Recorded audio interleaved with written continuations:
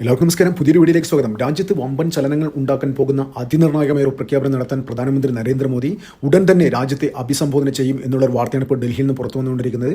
അപ്പോൾ ഇതിന്റെ ഭാഗമായിട്ടാണ് പ്രധാനമന്ത്രി നരേന്ദ്രമോദി കഴിഞ്ഞ ദിവസം പ്രസിഡന്റ് മുർമുമായിട്ട് ഏകദേശം 3 മണിക്കൂറോളം സംസാരിച്ചത്. പിന്നാലെ ആഭ്യന്തരമന്ത്രി അമിത്ഷായും പ്രസിഡന്റുമായി സംസാരിച്ചു. അതിനുശേഷം പ്രതിരോധ മന്ത്രി രാജ്നാഥ് സിംഗും പ്രസിഡന്റുമായി മണിക്കൂറോളം ചർച്ച നടത്തുന്നു. അപ്പോൾ വലിയ രീതിയിലുള്ള അഭ്യൂഹങ്ങളുണ്ടായി. എന്താണെന്ന് വെച്ച് കഴിഞ്ഞാൽ രാജ്യത്ത് എന്തോ വലുത് സംഭവിക്കാൻ പോകുന്നു, വലിയ പ്രഖ്യാപനം നടത്താൻ പോകുന്നു. മാധ്യമങ്ങൾക്ക് റിപ്പോർട്ട് ചെയ്ത് എന്താണെന്ന് വെച്ച് കഴിഞ്ഞാൽ കേന്ദ്ര സർക്കാരുമായി ബന്ധപ്പെട്ട് എന്തോ വലിയ മാറ്റങ്ങൾ വരാൻ പോകുന്നു, പുതിയ മന്ത്രിമാർ വരാൻ പോകുന്നു. ചിലപ്പോൾ എന്താ പറയുക, ചില മാധ്യമങ്ങൾ റിപ്പോർട്ട് ചെയ്ത് എന്താണെന്ന് വെച്ച് കഴിഞ്ഞാൽ പ്രധാനമന്ത്രി നരേന്ദ്രമോദി തന്നെ ഈ സെപ്റ്റംബർ വിരമിക്കും, പുതിയ പ്രധാനമന്ത്രി വരും, അതൊക്കെ പ്രസിഡന്റിനെ ധരിപ്പിക്കാൻ വേണ്ടിയിട്ടാണ് അങ്ങോട്ട് ചെല്ലുന്നത്. പക്ഷേ പ്രധാനമന്ത്രി നരേന്ദ്രമോദി പ്രസിഡന്റുമായി സംസാരിച്ചതിന് ശേഷം, അതായത് ആഭ്യന്തരമന്ത്രി അമിത്ഷായും രാജ്നാഥ് സിംഗും ഇവരെല്ലാവരും സംസാരിച്ചതിന് ശേഷം NDAയുടെ ഒരു വലിയ മീറ്റിംഗ് ഡൽഹിയിൽ കൂടി. ആ മീറ്റിംഗിലുണ്ടല്ലോ NDAയുടെ സഖ്യകക്ഷികളോടൊക്കെ നരേന്ദ്രമോദി BJP എന്താ പറഞ്ഞതെന്ന് വെച്ച് കഴിഞ്ഞാൽ, ഞങ്ങൾ കേന്ദ്ര സർക്കാർ വലിയൊരു പ്രഖ്യാപനം നടത്താൻ ഒരുങ്ങിയാണ്, വലിയ ഇൻഡിക്കേഷൻ കൊടുത്തു, വലിയൊരു പ്രഖ്യാപനം നടത്താനെന്ന്. പക്ഷേ ശരിക്കും അത് ഒരിക്കലും ആ വാർത്ത ചോർന്നു പോയിട്ടില്ല എന്താണെന്ന്. പക്ഷേ മാധ്യമങ്ങളൊക്കെ മാക്സിമം ട്രൈ ചെയ്തു അത് ചെകഞ്ഞെടുക്കാൻ വേണ്ടി. അതായത് NDAയുടെ അലയൻസിൻ്റെ ആൾക്കാർക്ക് കൂട്ടിപ്പിടിച്ച് എങ്ങനെങ്കിലും വാർത്ത ചോർത്തിയെടുക്കാൻ പറ്റുമെന്ന് അവർ മാക്സിമം ട്രൈ ചെയ്തു. അപ്പോൾ അവർ കുറേ ഗോസിപ്പുകളും മെനഞ്ഞു. അവർ മെനഞ്ഞ ഗോസിപ്പുകൾ എന്താണെന്ന് വെച്ച് കഴിഞ്ഞാൽ, അതായത് കാശ്മീരിന് പൂർണ്ണ പദവി കൊടുക്കുക, അതായത് ആർട്ടിക്കിൾ 370 എടുത്തു കഴിഞ്ഞതിന് ശേഷം ജമ്മു കാശ്മീർ, ലഡാക്ക് എന്നീ 2 യൂണിയൻ ടെറിട്ടറി എവിടെ ഉണ്ടായിരുന്നു. അപ്പോൾ ഇപ്പോഴും അവിടെ ഒരു സർക്കാരുണ്ട്, പക്ഷേ അതിന് പൂർണ്ണ സംസ്ഥാന പദവിയില്ല. അപ്പോൾ ഇതായിരിക്കും ചിലപ്പോൾ പ്രഖ്യാപിക്കാൻ പോകുന്നത് പ്രധാനമന്ത്രി രാജ്യത്തെ അഭിസംബോധന ചെയ്ത് എന്ന്. അങ്ങനെയൊക്കെ അവർ വലിയ ഗോസിപ്പുകൾ അടിച്ചിറക്കി. പിന്നെ അതുകൂടാതെ ഈ പ്രസിഡന്റിൻ്റെ ഇലക്ഷനുമായി ബന്ധപ്പെട്ട് ആരായിരിക്കും NDAയുടെ കാൻഡിഡേറ്റ്, അത്തരത്തിലുള്ള കാര്യങ്ങളൊക്കെ പ്രഖ്യാപിക്കാൻ വേണ്ടിയായിരിക്കും പ്രധാനമന്ത്രി ഇങ്ങനെ എന്താ പറയുക വലിയ പ്രഖ്യാപനം നടത്താൻ പോകുന്നു എന്നുള്ള അഭ്യൂഹവും കൂടി ഉണ്ടായിരുന്നു. പക്ഷേ ഇപ്പോൾ അങ്ങനെയല്ല. ഇപ്പോൾ പുറത്തു വരുന്ന ഏറ്റവും പുതിയ റിപ്പോർട്ട് പ്രകാരം പ്രധാനമന്ത്രി രാജ്യത്തെ അഭിസംബോധന ചെയ്തിട്ട് പറയാൻ പോകുന്ന കാര്യം ബംഗാൾ വിഭജിക്കാൻ പോകുന്നു എന്നാണ്. ബംഗാൾ 2ആയി വിഭജിക്കും.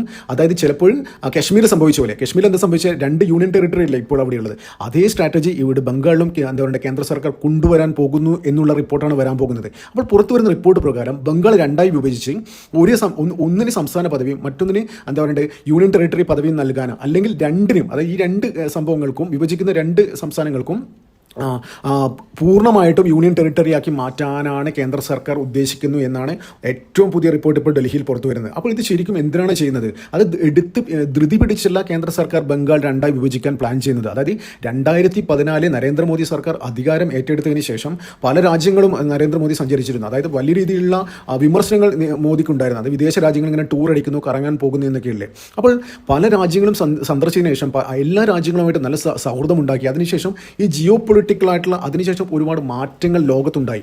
അപ്പോൾ ഇപ്പം എന്താ പറയണ്ടത്, നമ്മുടെ അയൽ സംസ്ഥാനമായ ബംഗ്ലാദേശ് പോലും ഇപ്പോൾ നമുക്കെതിരെ തിരിഞ്ഞിരിക്കുകയാണ്. അതായത് ബംഗ്ലാദേശിന് ആ ബോർഡർ പോലും നമുക്ക് നല്ല രീതിയിൽ സെക്യൂരിറ്റി ടൈറ്റൻ ചെയ്യേണ്ട ഒരു ആവശ്യമാണ്. അപ്പോൾ 2019 തൊട്ടിട്ടാണ് ഇന്ത്യയും ബംഗ്ലാദേശും തമ്മിലുള്ള ആ ഒരു ബന്ധമൊക്കെ വഷളായിക്കൊണ്ടിരിക്കുന്നത്. അപ്പോൾ അവിടെ തീവ്ര ഇസ്ലാമിസ്റ്റുകൾ ബംഗ്ലാദേശിൽ അധികാരത്തിൽ വരുന്നു. അപ്പോൾ ബംഗാൾ ഡിവൈഡ് ചെയ്തിട്ട് 2ആക്കുന്നതിൻ്റെ ഉദ്ദേശം എന്താണെന്ന് വെച്ച് കഴിഞ്ഞാൽ, അവിടെ ചിക്കൻ നെക്ക് എന്ന് പറയുന്ന ഒരു സ്ഥലമുണ്ട്. നിങ്ങൾ ഈ ഇമേജിൽ കാണുന്ന മാതിരി ഈ റെഡ് മാർക്ക് ചെയ്ത് സർക്കിൾ ചെയ്ത ഇമേജ് ഉണ്ടല്ലോ, അതാണ് ചിക്കൻ നെക്ക്. അതായത് ഈ ബംഗാളും വടക്ക് കിഴക്കൻ സംസ്ഥാനങ്ങളും ബന്ധിപ്പിക്കുന്ന ഏകദേശം ഇതിൻ്റെ വിഡ്ത്ത് എന്നൊക്കെ പറയുന്നത് 22 കിലോമീറ്ററാണ്. അപ്പോൾ ഈ സംഭവം എന്ന് വെച്ചാൽ അതിർത്തി പങ്കിടുന്ന നേപ്പാളായിട്ടുണ്ട്, ഭൂട്ടാനായിട്ടുണ്ട്, ബംഗ്ലാദേശ് ആയിട്ടുണ്ട്. ഈ 3 സുപ്രധാനപ്പെട്ട രാജ്യങ്ങളുമായിട്ടും ഇത് അതിർത്തി പങ്കിടുന്ന ഒരു രാജ്യമാണ്. ഇപ്പോൾ നാളെ എന്താ വെച്ചാൽ, കഴിഞ്ഞ ദിവസം തന്നെ പാകിസ്ഥാനും ബംഗ്ലാദേശും തമ്മിൽ അവരുടെ സൈനിക മേധാവികൾ തമ്മിൽ രഹസ്യമായി കൂടിക്കാഴ്ച നടത്തിയെന്ന് വെച്ച് കഴിഞ്ഞാൽ ഈ ചിക്കൻ നെക്കുമായി ബന്ധപ്പെട്ട് തന്നെയാണ്. അതായത് ഇവിടെ എങ്ങനെയെങ്കിലും പാകിസ്ഥാനും ബംഗ്ലാദേശുമായിട്ട് ഒന്നായിട്ട് ഈ ഒരു സ്ഥലം, ഈ ചെറിയൊരു ഇടനാഴി സിലിഗുരി കോറിഡോർ എന്ന് പറയുന്ന ചിക്കൻ നെക്ക് പിടിച്ചെടുത്ത് കഴിഞ്ഞാൽ ഇന്ത്യക്ക് വടക്കിഴക്കൻ സംസ്ഥാനങ്ങളുമായിട്ടുള്ള പൂർണ്ണമായി ബന്ധം വിച്ഛേദിച്ചു. അതായത് വലിയ രീതിയിൽ. അപ്പോൾ ഇന്ത്യ തന്നെ നരേന്ദ്രമോദി സർക്കാർ 2014 അധികാരം ഏറ്റെടുത്തതിന് ശേഷം ഈ വടക്ക് കിഴക്കൻ സംസ്ഥാനങ്ങളെ നമ്മൾ മുഖ്യധാരയിലേക്ക് കൊണ്ടുവരാൻ വേണ്ടിയിട്ട്, അതായത് കണക്ടിവിറ്റി അങ്ങനെയുള്ള പല കാര്യങ്ങളും നല്ല രീതിയിൽ ഇംപ്ലിമെൻറ്റ് ചെയ്ത് കൊണ്ടുവന്നിട്ടുണ്ട്. അപ്പോൾ അതിൻ്റെ മാറ്റങ്ങൾ ആ സംസ്ഥാനങ്ങൾ കാണാനുണ്ട് കേട്ടോ. വെറുതെ അല്ല, ഒരു MLA ഒരു MP പോലും ഇല്ലാത്ത, ഒരു പഞ്ചായത്ത് പ്രസിഡന്റ് പോലും ഇല്ലാത്ത വടക്കിഴക്കൻ സംസ്ഥാനങ്ങൾ ഇപ്പോൾ എല്ലാ സംസ്ഥാനങ്ങളും ഒന്നൊഴിച്ച് ബാക്കി എല്ലാ സംസ്ഥാനങ്ങളും ഭരിക്കുന്നത് BJP ആണ്. എന്തുകൊണ്ടാണെന്ന് വെച്ച് കഴിഞ്ഞാൽ BJP അത്തരത്തിലുള്ള കാര്യങ്ങൾ അവിടെ ഇംപ്ലിമെൻറ്റ് ചെയ്തുകൊണ്ടാണ്. അപ്പോൾ ധൃതി പിടിച്ചല്ല 2019 തൊട്ട് ഈ ഒരു പ്രഖ്യാപനം ബംഗാൾ വിഭജിച്ചിട്ട് അവിടെ കൊണ്ടുവരാനുള്ളൊരു പ്ലാൻ കേന്ദ്ര സർക്കാർ ഉണ്ടായിരുന്നു. പക്ഷേ ഇപ്പോൾ ജിയോ പൊളിറ്റിക്കലായുള്ള പല മാറ്റങ്ങളും ഇപ്പോൾ ലോകത്തിൽ സംഭവിക്കുന്നുണ്ട്.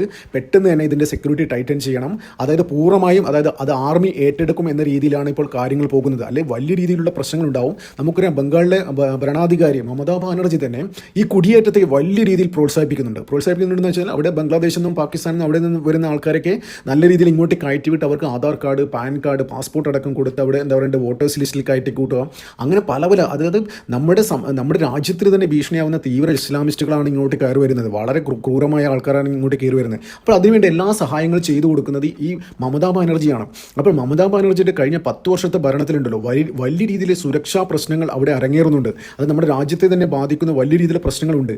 അപ്പോൾ ഇതിന്നൊക്കെ ഒരു മോചനം എന്ന രീതിയിൽ മുമ്പും, അതായത് 2014 നരേന്ദ്രമോദി അധികാരം ഏറ്റെടുത്തതിന് ശേഷം വലിയ രീതിയിലുള്ള ചർച്ചകളുണ്ടായിരുന്നു. എന്തുകൊണ്ട് അതായത് പൂർണ്ണ അധികാരം കേന്ദ്ര സർക്കാർ ഇപ്പോൾ പോലും എന്താണ് മുഴുവനായിട്ടും ഭരിക്കാനുള്ള കപ്പാസിറ്റി BJP ക്കില്ല. സഖ്യകക്ഷിയുടെ സഹായത്തോടുകൂടിയാണ് ഭരിക്കുന്നത്. 2014 19 അങ്ങനെയല്ല, BJP ക്ക് ഒറ്റയ്ക്ക് ഭരിക്കാനുള്ള ഭൂരിപക്ഷം ഉണ്ടായിരുന്നു. എന്നിട്ടും ആ സമയത്തൊന്നും ഈ ചിക്കൻ നെക്കിനെ കുറിച്ച് ഒരു തീരുമാനം എന്തുകൊണ്ട് എടുക്കുന്നില്ല, എന്തുകൊണ്ട് അത് ഒരു യൂണിയൻ ടെറിട്ടറി ആക്കുന്നില്ല എന്ന് വലിയ രീതിയിലുള്ള അഭ്യൂഹം ഒരു വലിയ രീതിയിലുള്ള ആരോപണങ്ങൾ കേന്ദ്ര സർക്കാരിന് ഉണ്ടായിരുന്നു. പക്ഷേ അതൊക്കെ ഇപ്പോൾ മാറ്റാൻ പോവുകയാണ്. വലിയ രീതിയിൽ പ്രഖ്യാപനം തന്നെയായിരിക്കും. എന്ത് തന്നെയാലും രാജ്യത്തെ പ്രതിപക്ഷ പാർട്ടികളും, അതായത് BJP ഒഴിച്ച് മറ്റെല്ലാ പാർട്ടികളും, NDA സഖ്യമല്ലാത്ത പാർട്ടികളൊക്കെ വലിയ രീതിയിൽ പ്രക്ഷോഭങ്ങൾ ഉണ്ടാക്കാനുള്ള സാധ്യതയുണ്ട്. അതായത് ചരിത്രത്തിൽ മുമ്പും ബംഗാൾ ഡിവിഷൻ ഉണ്ടായിട്ടുണ്ട്. അന്നൊക്കെ അത് ബ്രിട്ടീഷുകാരുടെ കാലത്തൊക്കെ ഒരുപാട് പേര് അവർ മരിച്ചു വീണിട്ടുണ്ടായിരുന്നു ഈ വിഭജനത്തിൻ്റെ പേരിൽ.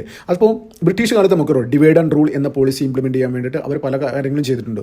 അപ്പോൾ ഇപ്പോൾ ഉണ്ടാകാൻ പോകുന്ന പ്രശ്നം എന്താണെന്ന് വെച്ച് കഴിഞ്ഞാൽ പ്രധാനമന്ത്രി രാജ്യത്തെ അഭിസംബോധന ചെയ്ത് ബംഗാൾ ഡിവൈഡ് ചെയ്യാൻ പോകാനുള്ള പ്രഖ്യാപനം നടത്തി കഴിഞ്ഞാൽ നാളെ തന്നെ രാജ്യത്തെ പ്രതിപക്ഷ പാർട്ടികളൊക്കെ ശരിക്കും കത്തിക്കാൻ തുടങ്ങും. പല വെർട്ടിക്കൽസും കൊണ്ടുവന്നിട്ട്, അതായത് ന്യൂനപക്ഷങ്ങൾക്ക് എന്താ പറയുക, ന്യൂനപക്ഷങ്ങളെ വേട്ടയാടാൻ വേണ്ടിയിട്ടാണ് ഇത്തരം കാര്യങ്ങൾ. അതായത് അവിടെ ആർമിയെ കൊണ്ടുവന്ന് അവിടുത്തെ ന്യൂനപക്ഷങ്ങളെ, പ്രത്യേകിച്ച് മുസ്ലിം സമുദായത്തൊക്കെ ഇല്ലാതാക്കാൻ വേണ്ടിയിട്ടാണെന്നുള്ള പ്രചരണങ്ങൾ വലിയ രീതിയിൽ ഉണ്ടാകും. അപ്പോൾ എന്താ പറയുക, ഡൽഹിയിൽ പോലും വലിയ രീതിയിൽ നമ്മുടെ CA NRCയിലൊക്കെ കണ്ടില്ലേ, സമരമുറകൾ കണ്ടില്ലേ, അത്തരത്തിലുള്ള പ്രക്ഷോഭങ്ങൾ ചിലപ്പോൾ രാജ്യത്തെ പ്രതിപക്ഷ പാർട്ടികൾ ആരംഭിക്കാൻ സാധ്യതയുണ്ട്. അപ്പോൾ കേന്ദ്ര സർക്കാരിന് നല്ല ബോധ്യമുണ്ട്, അതായത് ഇത്തരത്തിലുള്ള പ്രശ്നങ്ങൾ ഉണ്ടാകും. അപ്പോൾ എങ്ങനെ പരിഹരിക്കണം, അതിനെങ്ങനെ നേരിടണം എന്നുള്ള വലിയ തയ്യാറെടുപ്പ് ഓൾറെഡി സർക്കാർ നടത്തി കഴിഞ്ഞു.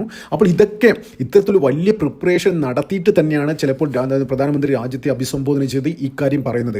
അപ്പോൾ എന്ത് തന്നെയാലും രാജ്യത്ത് വലിയ രീതിയിലുള്ള ചലനങ്ങൾ ഉണ്ടാക്കും. അത് ഉണ്ടാക്കുമെന്ന് വെച്ച് കഴിഞ്ഞാൽ രാജ്യ സുരക്ഷ താല്പര്യം മുൻനിർത്തി തന്നെയാണ്. നമുക്കറിയാം, നമ്മൾ കേരളത്തിൽ പോലും ബംഗാളികൾ എന്ന് പറയുന്ന ആൾക്കാർ പ്യുവർ ബംഗാളിൽ നിന്ന് വന്ന ആൾക്കാരല്ല. അവരെന്നത് ഇവിടെ കേരളത്തിലെ ആൾക്കാർ മിക്ക പണിക്കാരും 90% ബംഗ്ലാദേശികളാണ്, പ്യുവർ ബംഗ്ലാദേശികളാണ്. അവർ അവിടുന്ന് ഈ എന്താ പറയുക ബംഗാൾ സർക്കാരിൻ്റെ സഹായത്തോടുകൂടി നുഴഞ്ഞു കയറി ഇങ്ങോട്ട് വന്നിട്ട് ആധാർ കാർഡ് അങ്ങനെയുള്ള എല്ലാ രേഖകളും ഉണ്ടാക്കിയിട്ട് ഇവിടെ എന്താ പറയുക കേരളത്തിൽ തമ്പടിച്ചിരിക്കുകയാണ്. വലിയ സുരക്ഷാ ഭീഷണിയാണ്. ഇപ്പോൾ ബംഗാളിൽ നോക്കുകയാണെങ്കിൽ അവിടുത്തെ ഡെമോഗ്രാഫി പോലും ചേഞ്ച് ചെയ്തു. അതായത് ബംഗ്ലാദേശിൽ നിന്ന് ആൾക്കാർ ഇങ്ങനെ കയറി വന്ന് പല ജില്ലകളും ഇപ്പോൾ എന്താ പറയുക പൂർണ്ണമായും ഈ തീവ്ര ഇസ്ലാമിസ്റ്റുകൾ കൈയടക്കി കഴിഞ്ഞു. അവിടെ എന്താ പറയുക പോലീസിന് പോലും ചെന്നെത്താൻ പറ്റാത്ത രീതിയിലുള്ള പ്രശ്നങ്ങളാണ് അവിടെ ഉള്ളത്. അപ്പോൾ ഇതിനൊക്കെ ഒരു ശാശ്വത പരിഹാരമാകും. ഇത് രണ്ടായി വിഭജിച്ച് കഴിഞ്ഞാൽ എന്താ പറയുക ചിലപ്പോൾ രണ്ടും ഫുൾ ആർമി നിയന്ത്രണം ഏറ്റെടുക്കാൻ സാധ്യതയുണ്ട്. അപ്പോൾ എന്ത് തന്നെയാലും നമുക്ക് കാത്തിരിക്കാം. പ്രധാനമന്ത്രി നരേന്ദ്രമോദി രാജ്യത്തെ അഭിസംബോധന ചെയ്ത് പറയാൻ പോകുന്ന കാര്യം ഇതായിരിക്കും എന്ന് തന്നെയാണ് ശക്തമായ സൂചന ഇപ്പോൾ ഡൽഹിയിൽ പുറത്തു വരുന്നത്. അപ്പോൾ അങ്ങനെ സംഭവിക്കട്ടെ. രാജ്യത്ത് നല്ല രീതിയിലൊരു സുരക്ഷാ സംവിധാനങ്ങൾ ഉണ്ടാകട്ടെ. ഈ അനധികൃതമായി കുടിയേറി വരുന്ന തീവ്ര ഇസ്ലാമിസ്റ്റുകളെ തടയണം, രാജ്യത്തെ സംരക്ഷിക്കണം. നമുക്കതിനായി കാത്തിരിക്കാം. നന്ദി, നമസ്കാരം. മറ്റൊരു വീഡിയോ കാണാം.